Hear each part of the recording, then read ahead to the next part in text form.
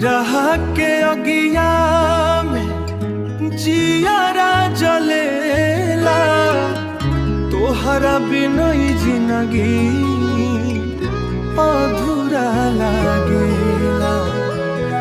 के करा से जाके हम दर्दिया सुनाई, अखिया से लोर हमर रुकबे ना करेला। काहे छोड़ के गइलू हो जा हमके ई जादू खाके, काहे छोड़ के गइलू हो जा हमके ई जादू खाके। अब तो सांसों में भी बस तोहरी ही याद बा, मर जाइबू हम तोहरा बिन, ई जग अब सुनसान बा।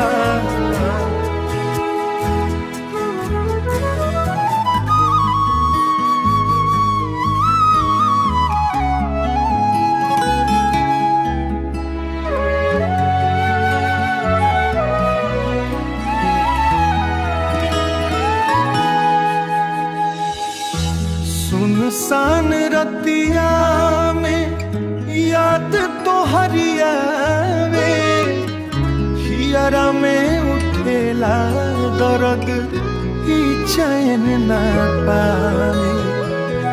कैसन ई प्रीत के रीत तू निभैलू, हंसत भइल जिंदगी के रोवत बनैलू। काहे छोड़ के गइलू हो जा हमके ई जादू खाके, काहे छोड़ के गइलू हो जा हमके ई जादू खाके।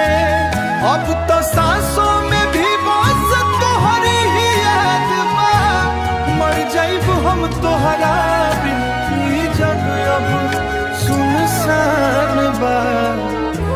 ओ जा तोहरा बिन।